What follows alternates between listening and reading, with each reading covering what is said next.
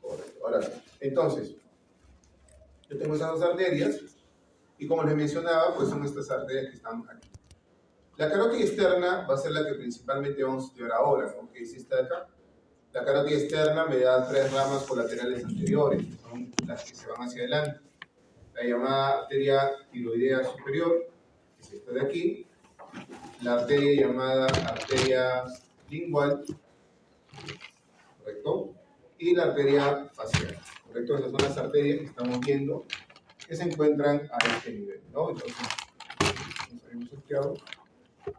Entonces, vamos a ver las arterias. Entonces, colaterales anteriores, tiroidea superior, lingual y facial, ¿correcto? La arteria tiroidea superior, como su nombre le está diciendo, tiroidea. ¿Qué voy a irrigar? Se llama tiroidea. Muy bien, la glándula tiroides. Voy a irrigar principalmente a la glándula tiroides. Eso es lo que va a irrigar esa arteria tiroidea superior. Pero también la arteria tiroidea superior, como estamos viendo, va a irrigar lo que viene a ser justamente las zonas correspondientes a la laringe, que está justamente rodeando a la glándula, mejor dicho, que la glándula tiroides rodea justamente a la laringe, ¿correcto? Luego tenemos a una arteria importante, la arteria lingual, que es esta que está cortadita aquí. La arteria lingual para nosotros es muy importante porque va a llegar a la boca y por lo tanto va a llegar a la lengua en primer lugar y va a llegar el piso de la boca. La arteria lingual les va a dar una arteria llamada arteria yoidea, que va en dirección justamente al yoides. Les va a brindar la arteria dorsal de la lengua, que va a irrigar la parte superior y posterior de la lengua. La arteria sublingual, que se encarga justamente de la irrigación de la cara ventral o inferior de la lengua y de la llamada región sublingual. Y la arteria ranina o profunda de la lengua, que se va a encargar justamente de irrigar la punta de la lengua. Entonces, si yo les pregunto cuáles son las arterias de la lengua, ¿cuáles son? Dorsal de la lengua, sublingual y ranina. ¿Cuál agrego acá adicionalmente? La yoidea, que se va hacia el hueso yoides. Pero las que son de la lengua son solamente tres. Y finalmente tengo la arteria facial. La arteria facial, que es esta arteria que estás viendo por acá. Esta arteria que cruza tu cara de esta manera, esa es la arteria facial. Entonces la arteria facial va a darte las siguientes ramas, ¿no? Ramas de la porción cervical, que es la palatina inferior, la pterigoidea, la submaxilar y la mentoniana.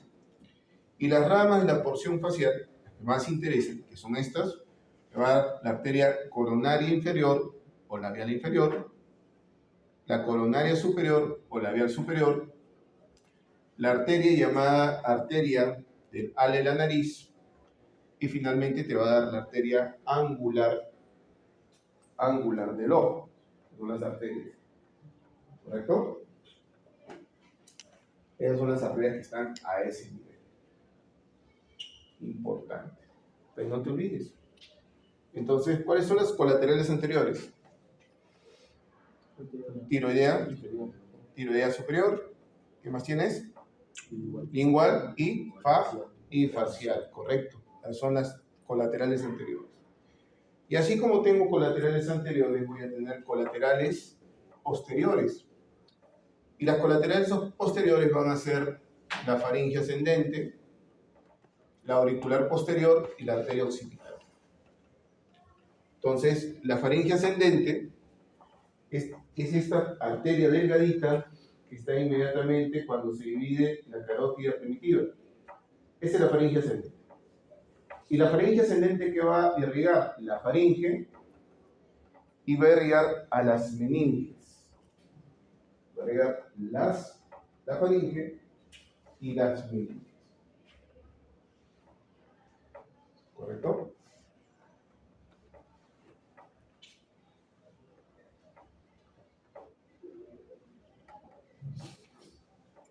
La auricular posterior, que es esta arteria que veo por acá, la arteria auricular posterior, va a irrigar la parótida, la glándula parótida, y el área próxima a la apófisis mastoides, es decir, los tejidos que están llegando hacia la apófisis mastoides. Está llegando la glándula parótida y el área de la apófisis mastoides, ¿no?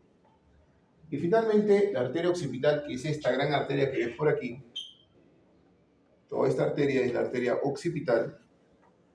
La arteria occipital se va a encargar de irrigar la región occipital.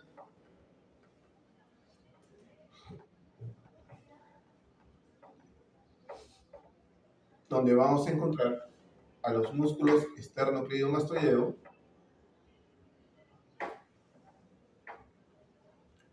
y el músculo estilomastoideo. En esa zona.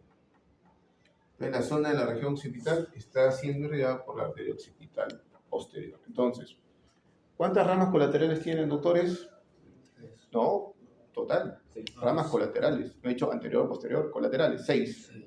¿No? 3 anteriores, 3 posteriores. Las anteriores, ¿quiénes eran? Tiroidea superior, lingual y facial. Las posteriores, ¿quiénes son? Faringe ascendente, auricular posterior y occipital. ¿Correcto? Esas son las colaterales. Y ahora vamos a ver cuáles son las ramas terminales. En las ramas terminales vamos a encontrar a 2 arterias. Estas arterias son las arterias temporal superficial y la arteria maxilar interna. Tengo la arteria temporal superficial y la maxilar interna. ¿Ya? Entonces, escuchen bien, la arteria temporal superficial es esta arteria que vemos por acá. Miren, todo esto es la carótida externa, ¿cierto? Ya, la carótida externa me da esta rama que sube y se divide en 2. Esta es la temporal superficial. Pero aquí me da una ramita que se va hacia adelante por el arco cigomático. Esto que ves aquí es el arco cigomático del hueso. Entonces, esta ramita es la arteria transversa de la cara. Primera rama es la temporal superficial, arteria transversa de la cara. ¿Correcto? Y luego las 2 ramas mayores, porque hay otras ramas, son la rama llamada rama frontal y la rama parietal. Entonces la temporal superficial me da lo siguiente. Me da la arteria transversa de la cara, la rama frontal y la rama parietal. A ver, si se llama arteria transversa de la cara, ¿qué va a irrigar? La parte lateral de tu cara. Toda la parte lateral de tu cara está irrigada por la arteria transversa de la cara. La región frontal estará irrigada por la rama frontal. Y la región parietal y temporal están irrigadas por la rama parietal, correcto. Y la otra rama terminal de la carótida externa es esta arteria que ingresa, como ves por acá, ingresa por dentro del cuello del cóndilo. Esta arteria que señalo es la arteria llamada maxilar interna. Maxilar interna, otra rama terminal, es la arteria maxilar interna. Y la maxilar interna, de manera general, va a irrigar ¿qué cosa? Va a irrigar el maxilar, va a irrigar la mandíbula, va a irrigar la mucosa palatina, los dientes superiores, los dientes inferiores y las fosas nasales. Estoy hablando de manera general. Ya cuando nos toque estudiar de manera detallada vamos a hablar qué es específicamente lo que está irrigando. ¿Ya? Entonces, si yo les tendría que preguntar, doctores, de las arterias que mencionamos, ¿cuáles creen que son las importantes para ustedes? Que tendría que saberse los La maxilar interna, evidentemente, sí. ¿Qué más? La lingual, ¿y qué más? ¿Ah? Ya, que es la maxilar interna, pero ¿qué otra arteria? A ver, lo ha dicho esta, maxilar, está bien, maxilar interna, ¿correcto? Está bien. ¿Qué más? La lingual también está bien. ¿Qué más? La facial, correcto, la facial. ¿Y qué más? Y la transversa de la cara. ¿Correcto? Son ramas importantes que están cerca al área donde estamos trabajando. Y por eso es importante que ustedes se acuerden, ¿no? Pues no se olviden, tengo en la carótida externa 6 ramas colaterales y 2 ramas terminales. ¿Ya? Correcto. Muy bien, doctores. Seguimos entonces. Y vamos a ver ahora lo siguiente. Ahí está. En el caso de la arteria carótida interna, la arteria carótida interna también tiene sus elementos que conforman a esta arteria. Como les dije, no brinda ramas, no te va a dar ramas en cervical, no hay ramas en cervical.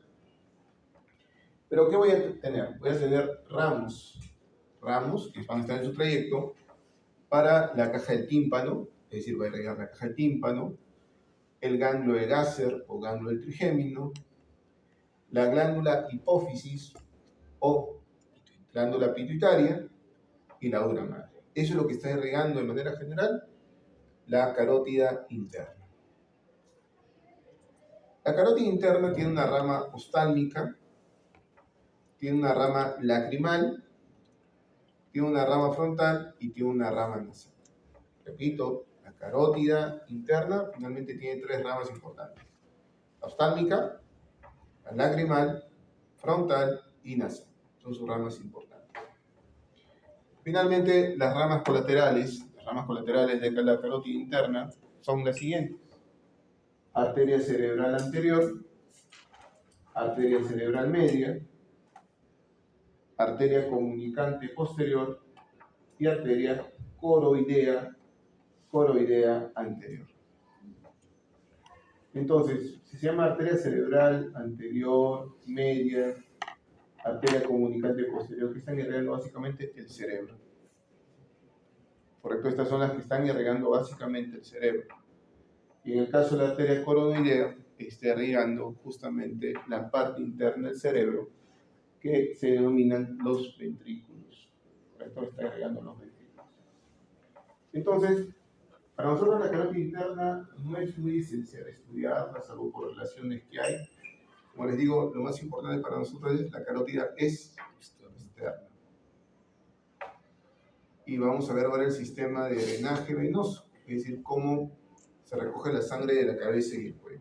Entonces, ustedes van a tener dos venas: la vena yugular interna y la vena yugular externa que hemos estado hablando. ¿Cómo se forma la vena yugular externa? En primer lugar, se forma por la vena maxilar interna y la temporal superficial. Justamente acá estás viendo la vena temporal superficial, es esta. Y esta que está aquí adentro es la vena maxilar interna. Entonces, esta de aquí se junta con esta aquí y va a formar justamente la vena que estamos viendo por acá, que es justamente la yugular externa. ¿Cómo se forma la yugular externa? Por dos venas. ¿Cuáles son las venas? Maxilar interna y temporal superficial. Y vena temporal superficial. La vena yugular interna, correcto, esta que están viendo tan gruesa por acá, se forma por los senos petrosos inferior, se forma por la vena facial, que acá estás viendo la vena facial que llega justamente aquí, la vena facial, se forma por la vena lingual y se forma por la vena tiroidea superior. Entonces, la vena yugular interna se va a formar por el seno petroso inferior, que viene del cráneo, se forma por la vena facial, la vena lingual y la vena tiroidea superior. ¿Se han dado cuenta de algo? La vena maxilar interna es lo contrario que la arteria maxilar interna, ¿sí? Y la vena temporal superficial es lo contrario que la arteria temporal superficial. Ambas quedan, ¿se acuerdan? En las arterias ramas terminales, ¿no? De una arteria. Entonces, miren, las dos ramas terminales, sus venas van a formar a la vena yugular externa. Para que se acuerden, ¿no? O sea, por ahí de repente no es muy fácil acordarse, pero ya relacionando un poquito, puedes relacionarlo, ¿no? En cambio, si ves ahí, tienes vena facial, vena lingual, vena tiroidea superior. Esas venas están acompañadas por arterias, ¿no? Y esas tres arterias serán las colaterales anteriores. Entonces, esas tres venas, la vena facial, la vena lingual y la tiroidea superior, van a formar aquí a la yugular interna. ¿Correcto? Forman a la yugular interna. Seguimos entonces, vamos por acá. Plexo cervical superficial.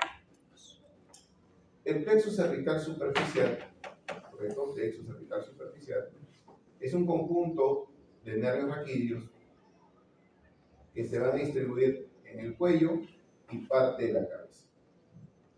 Se van a distribuir en el cuello y parte de la cabeza. Entonces yo voy a tener que el plexo se va a originar en un punto específico. Ustedes observan ahí la imagen. El plexo se origina inmediatamente por detrás de ¿quién? ¿Quién es este? El externo cleidomastoideo, en este punto. Aquí se origina. Entonces ahí estamos viendo que salen las ramitas. Les voy a tener una primera rama que va por acá. Esa rama es la rama llamada rama mastoidea. La rama mastoidea, primera rama. Que inerva parte de la piel de la porción lateral de la cabeza, parte de la piel de la región lateral de la cabeza y de la cara craneal de la oreja. Es decir, la cara interna de tu oreja. Entonces esa rama mastoidea va a inervar parte de la piel de la porción lateral de la cabeza y la cara craneal de la oreja. ¿Correcto? La rama mastoidea. La rama auricular, que es esta de acá, que cruza justamente el externo cleidomastoideo, esta ramita de acá. Esta es la rama auricular. La rama auricular inerva la piel de la región parotidia, piel de la región mastoidea y ambas caras de la oreja. Y ambas caras de la oreja. Luego tienes el nervio cervical transverso, que es este nervio que estamos viendo por acá, que cruza al externo cleidomastoideo. Este es el nervio cervical transverso. Cruza el externo cleidomastoideo. Y está inervando justamente la piel de la parte lateral y anterior del cuello. Y finalmente tenemos los nervios supraclaviculares, ¿no? Que van a inervar la piel del hombro y la piel que está en la parte superior del tórax. Estos nervios, este plexo cervical superficial, le brinda a esta zona del cuello una inervación sensitiva, básicamente sensitiva. Entonces, escuchen bien, doctores. Cuando ustedes se afeitan en el cuello y se echan colonia o alcohol, sienten que arde, ¿cierto? De los nervios mencionados, ¿cuál es el nervio que recepciona ese ardor, ese dolor que ustedes sienten ahí en la piel? ¿Cuál? Nervio cervical transverso, ¿no? Justamente está inervando la piel anterior y lateral del cuello, ¿correcto? ¿Alguno usó arete alguna vez? ¿Ninguno? Ya. Las chicas cuando se ponen su arete, ¿no? Se perforan el lóbulo de la oreja, pues sienten dolor en el lóbulo de la oreja, tanto en la cara externa y en la cara interna craneal. ¿Qué nervio es el que transmite ese dolor de la piel de la oreja? Auricular. Ya, la rama auricular. ¿Solamente la auricular? Y la mastoidea. Y la mastoidea. Cuando te vas a la playa y no te echas bloqueador y estás ahí tirado y estás con un camarón todo rojo y te arde esta zona del hombro y la parte superior justamente del tórax, ¿qué nervio es el que lleva la sensación dolorosa? Los nervios supraclaviculares. Entonces acuérdense que estos nervios son netamente sensitivos, es decir, transmiten información de presión, sensación de frío y calor y dolor, ¿no? Básicamente es lo que van a hacer estos nervios. Vamos por acá. A ver. Triángulos del cuello. Ya esto es a manera de repaso porque ustedes ya lo saben. Entonces ahí tengo el triángulo anterior al cuello. Ese triángulo anterior al cuello, ¿quién lo limita? ¿Hacia arriba quién lo limita? ¿El borde inferior de quién? Muy bien, el borde inferior de la mandíbula. Adelante, ¿quién lo limita? La línea media anterior del cuello. ¿Y hacia atrás quién lo limita? El externo cleidomastoideo. Ahí tengo mi triángulo anterior del cuello. ¿Correcto? Y ese triángulo anterior del cuello, a su vez, se divide en unos triángulos. Acá tengo un triángulo chiquito, ¿no? que está limitado por la línea media anterior del cuello, el hueso hyoides y el vientre anterior del digástrico. Triángulo submentoniano.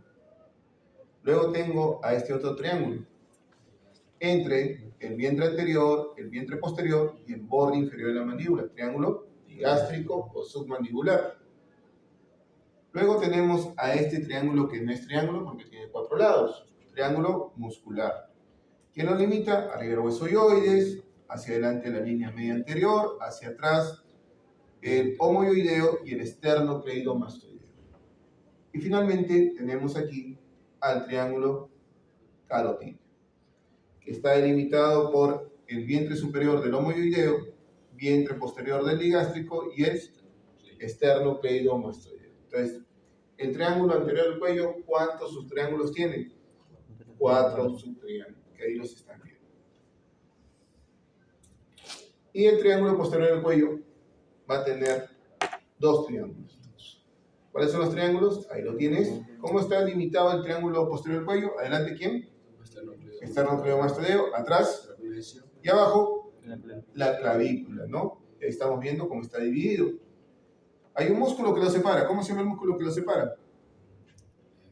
Homohyoideo. Vientre inferior del homohyoideo separa el triángulo occipital del triángulo supraclavicular. El triángulo occipital está limitado por el esternocleidomastoideo, el trapecio y el homohyoideo. Y el triángulo supraclavicular está separado por ¿quién? Lo limitado por ¿quién? Clavícula, esternocleidomastoideo y homohyoideo. ¿Correcto? Veamos entonces. Ahí lo tenemos. Entonces, primer triángulo, ahí tenemos un triangulito. Triángulo digástrico. ¿Qué contiene nuestro triángulo digástrico? Contiene lo siguiente. Vamos a ver qué contiene nuestro triángulo digástrico. Entonces, en primer lugar, este triángulo llamado digástrico está tapado, está cubierto justamente por un músculo que cubre esta zona, el platismo. Cuando un músculo o cuando un elemento anatómico cubre un espacio, a eso se le llama techo. Entonces, el techo de este triángulo es el platismo. El platismo está en el cuello, ¿no? El piso vienen a ser los elementos que están en el fondo. Entonces, en el fondo yo tengo 2 elementos que están haciendo el piso. Este músculo que ves aquí, que es el miloioideo, y este otro músculo que ves aquí, que es el músculo hiogloso. Entonces, el piso está formado por el miloioideo y el músculo hiogloso. Contenido. Entonces, acá tengo el contenido. Fíjense acá, la glándula submandibular. Glándula submandibular, que lo hemos visto en la práctica. Después tienes los ganglios linfáticos submandibulares. ¿Se acuerdan esas bolitas que parecían unas alverjitas? ¿No? Ahí teníamos los ganglios linfáticos submandibulares. Otro contenido, acá lo vemos, la arteria facial, la vena facial. Ahí están esos 2 contenidos. Luego tenemos la arteria submentoniana, tenemos la arteria y el nervio miloioideos. Contenidos del triángulo llamado triángulo digástrico. Entonces yo en el examen puedo preguntar, ¿no? La glándula submandibular, ¿a qué espacio triángulo pertenece? Triángulo digástrico, triángulo submandibular. Y acá tenemos otro espacio pequeñito que se llama el triángulo de Beckler. Ese triángulo de Beckler, como estás viendo, lo forma el hueso hyoides, lo forma aquí el borde posterior del hiogloso y el tendón del digástrico. ¿Qué hay ahí? ¿Por qué es importante el triángulo de Beckler? Porque por ahí está pasando el nervio hipogloso. ¿Correcto? Pasa el nervio hipogloso principalmente. Las venas linguales no son tan importantes. Lo más importante del triángulo de Beckler es que está pasando el nervio hipogloso.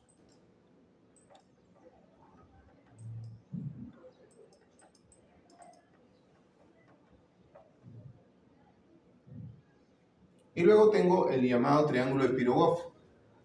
En el triángulo de Pirogov va a pasar la arteria lingual. Por eso es importante Pirogov, porque por ahí va a pasar una arteria importante, la arteria lingual. Y finalmente tenemos el triángulo de Farabeu. El triángulo de Farabeu, vamos a encontrar ahí la bifurcación de la carótida primitiva, hasta el triángulo de Farabeu. Entonces aquí Se divide la carótida primitiva en carótida interna y carótida externa. Y vamos a encontrar la rama descendente del doceavo par craneal, es decir, del hipogloso. ¿Ya?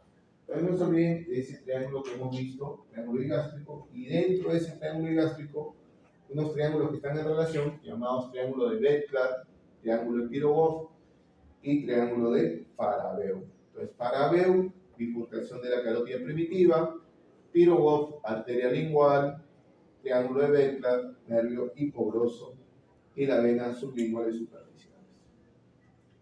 Vamos a ver acá, otro triángulo. Triángulo submentoniano. En el triángulo submentoniano, hemos dicho que es el triángulo que forma la línea media del cuello, lo limita también el vientre anterior del bigástrico y lo limita el hueso ioides, ¿correcto? Yo voy a tener en primer lugar el piso.